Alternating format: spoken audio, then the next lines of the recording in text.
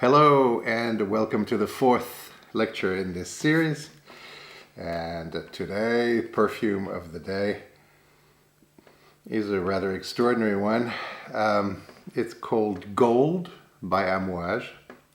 And Amouage is a company from the Sultanate of Oman. And the company was started by a member of the royal family 30 years ago or so, perhaps a bit more. And they wanted to create a perfume that would be of world class.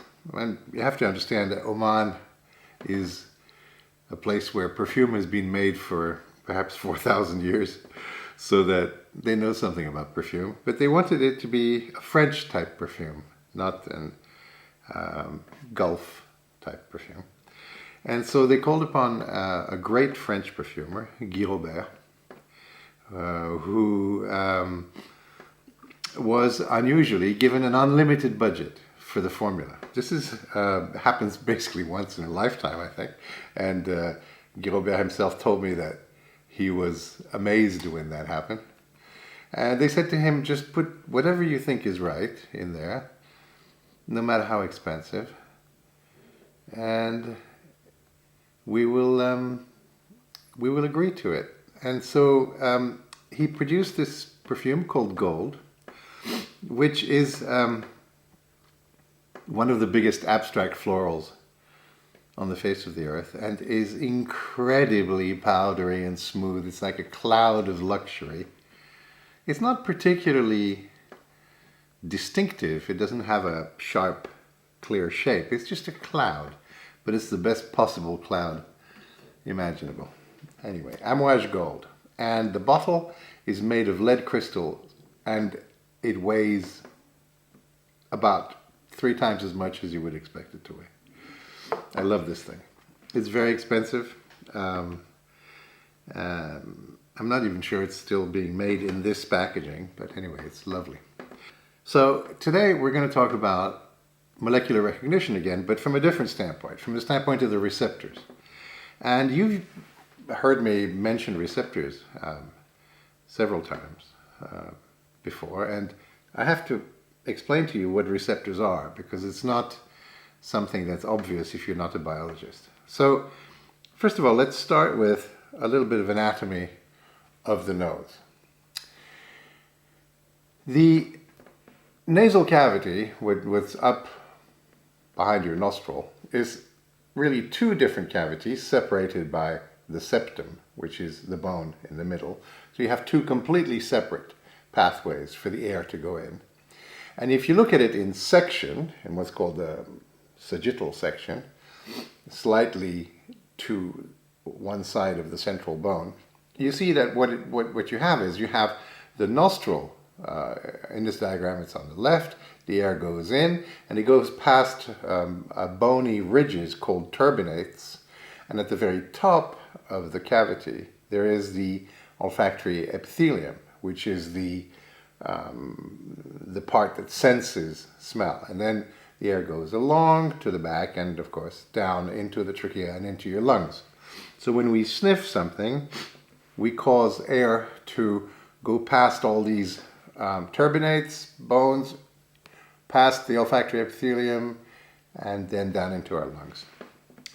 The olfactory epithelium in general in biology means some skin, essentially, some external sheet of cells. In this particular case, it's a neuroepithelium because most of it is made up of neurons. And these are very unusual neurons, because they arise from a direct projection from the brain. So there's a nerve that goes forward from the midbrain to the olfactory bulb, which is approximately, imagine it's about 2 centimeters in from where my finger is. And in the olfactory bulb, the neurons, the nerves and the neurons grow through a piece of bone, and the bone has holes in it to allow them to grow through. This is most unusual. This is a part of your brain which is directly exposed to the outside air. It's the only one under normal circumstances. And these nerve cells respond to smells and send the signals up to the olfactory bulb, which processes them, and then from there they go along the nerve to the brain. The part that we're concerned with right now is the receptors on those cells. So if you turn up the magnification, you will see that there are, these cells have what are called cilia, which are basically hairs, but they're not hairs, they're made of a membrane. They are fingers, so to speak. And each of those fingers has thousands of receptors on it. And the receptors are proteins. Now, there are various things that are important to remember here. Each neuron only has one type of receptor in it.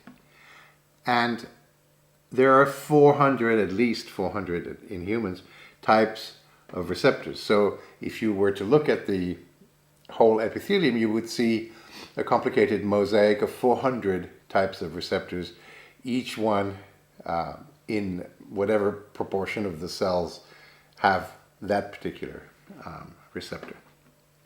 So what are receptors?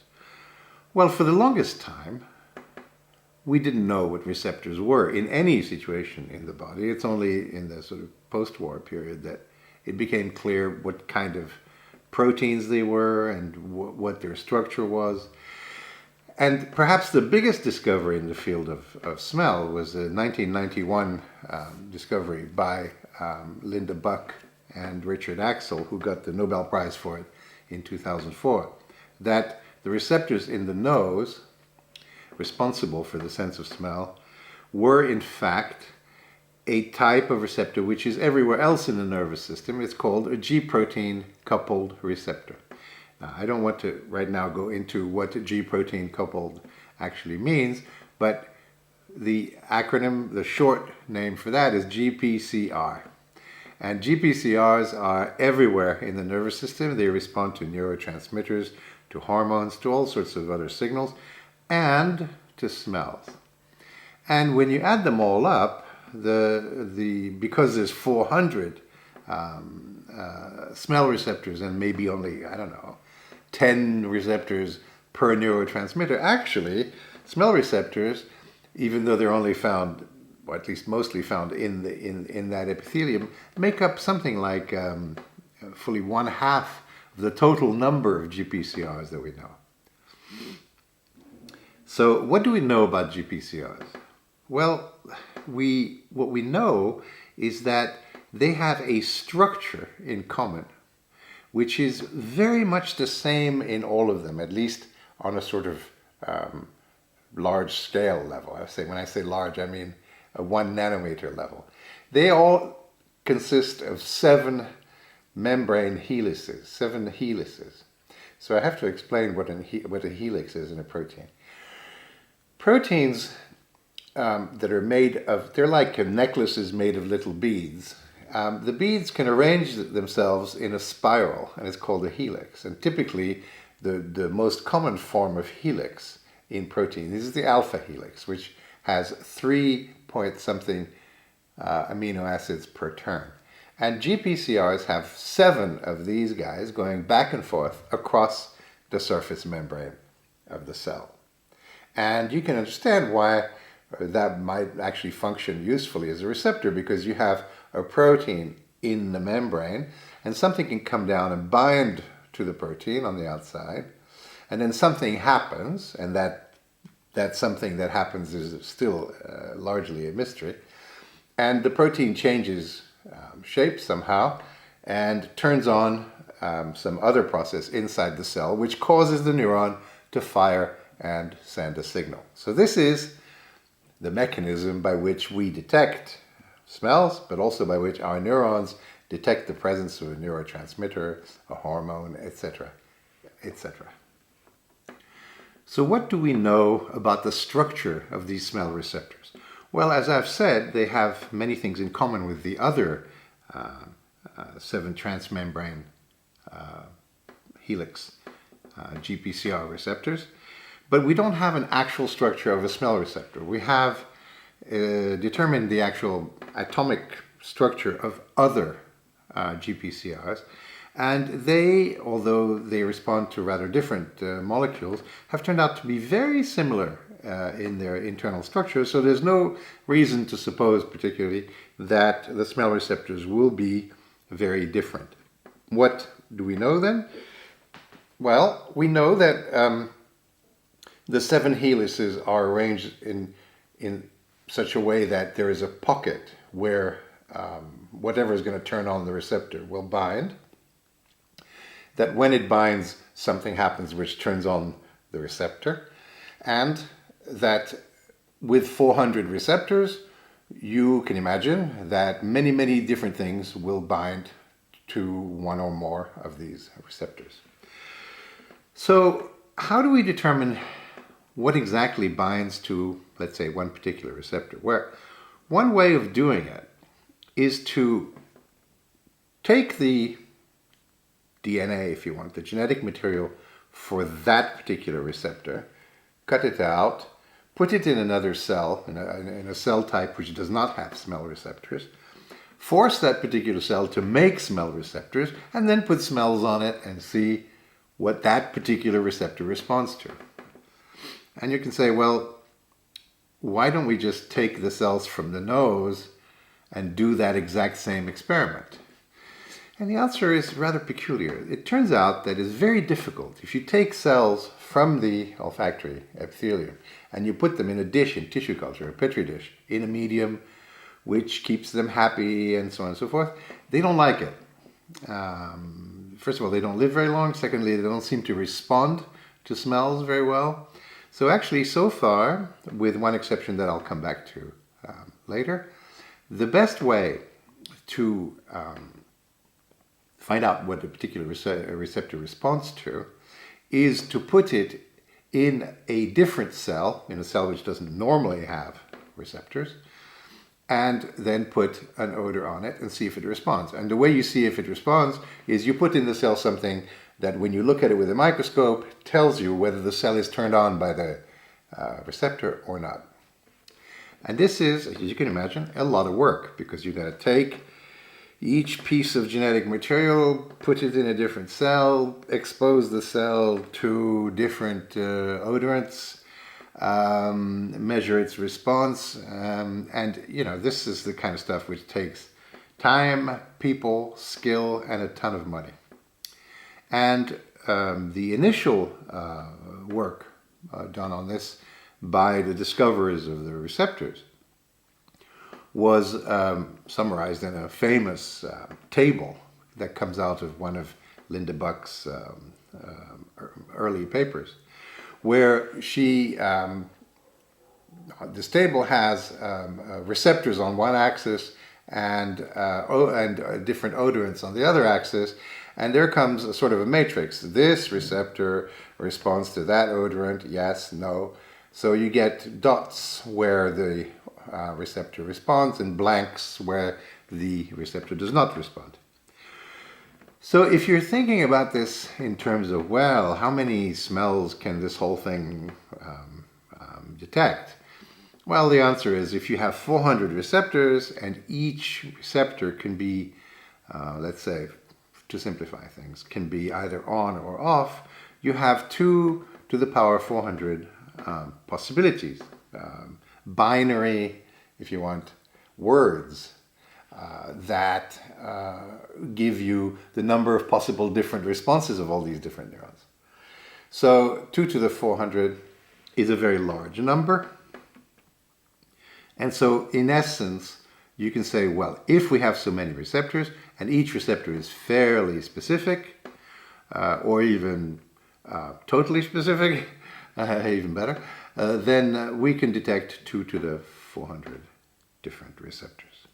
And this has been pretty much the basis for much of the science on olfaction since the discovery of the receptors. Now, more recently, a systematic study of a large number of receptors has been done and published, and is done by a very important figure in the field called Hiroaki Matsunami, and Joel Mainland, who works at the Monell Chemical Synthesis Center in the US. And together they have characterized means determined the response of a large number of receptors to a large number of odorants. And they've produced a matrix of which receptors respond to what. And what's interesting about this matrix is that they've ranked the receptors in decreasing order of number of odorants. So the top receptor responds to just about everything. And then as you go down the table, you end up in the end with a receptor that responds to only a few odorants. But the most striking thing about it is that receptors really pretty much have a wide spectrum of response. Most of them respond to at least 3, 5, 10, 20 odorants. So it's actually rather strange that you achieve such specificity of odor recognition from receptors which are not very choosy about what they respond to. And it's actually not easy to figure out what the pattern is. Of course, what you want, ideally, what you would really want out of this is you would want to be able to look at the pattern of odorants that turn on receptors and say, aha, this receptor responds to a particular feature that all these odorants have in common, and this receptor responds to a particular feature that all these odorants have in common. And that means that you, in essence, what you're looking for is a molecular feature, a shape aspect of each odorant, which would turn on a particular receptor. That is the shape theory of olfaction. So when you look at this table compiled by Matsunami, Mainland, and their collaborators, what you see is, first of all, a colossal amount of highly skilled and beautiful work. And secondly, a colossal amount of data. And what you're trying to figure out from these data is, what is the pattern? What is it that makes one receptor respond to all these odorants and this other receptor responds to only a few? So if you believe that the shape of a molecule determines whether it turns on a receptor or not, you basically are following the shape theory of smell. And you can ask, what do these molecules have in common, all of them, that turns on this receptor that responds to basically all the odorants? And what do these, in the cases where the receptor only responds to a few molecules, what do they have in common? And despite the fact that this is absolutely magnificent work and provides a huge amount of data, the answer is not clear. In fact, Matsunami and Mainland and their colleagues, analyze the data statistically and come up with rather uncertain answers. It looks like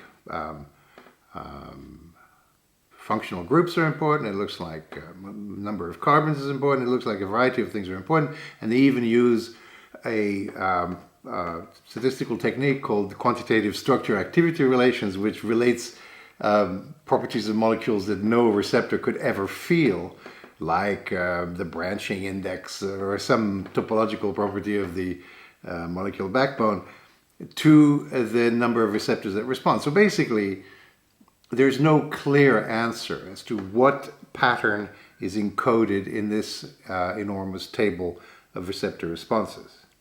And it's important to understand what a theory is. A theory is not simply something that can sort of explain everything away. So if I say to you, well, look at this table, there must be some feature, some shape feature that we do not see easily, but there must be. It's because it's too complicated that we don't see it, but there must be something that makes sense of this table in terms of molecular shape. That's not a theory, that's explaining something away, as they say in British English. You say basically, here's the data, there must be a good explanation, let's just move on.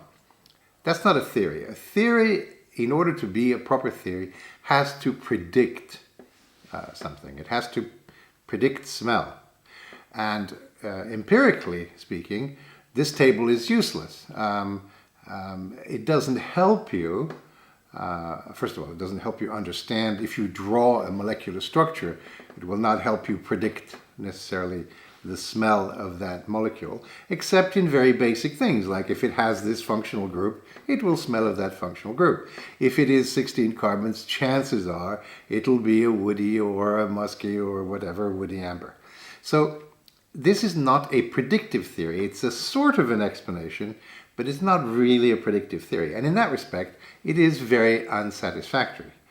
Now, it is a source of surprise to me that people in the field of smell who think that the shape theory is correct consider it absolutely established that the shape of a molecule determines its smell. Since, after all, when you ask a chemist, if you go to lunch with a fragrance chemist and you draw a structure on a napkin that they haven't seen before, which has never been made, let's say, and you say, what is that going to smell of? They say, I have no idea. So if you can't empirically even simply predict smell from structure, and you can't even when you do these big tables of receptors, what sort of a theory is it that does not enable you to predict anything and explains everything away rather than explaining it properly? I don't think that qualifies as a theory. I think it should be called the shape hypothesis of smell, and that's what I'm going to call it from now on.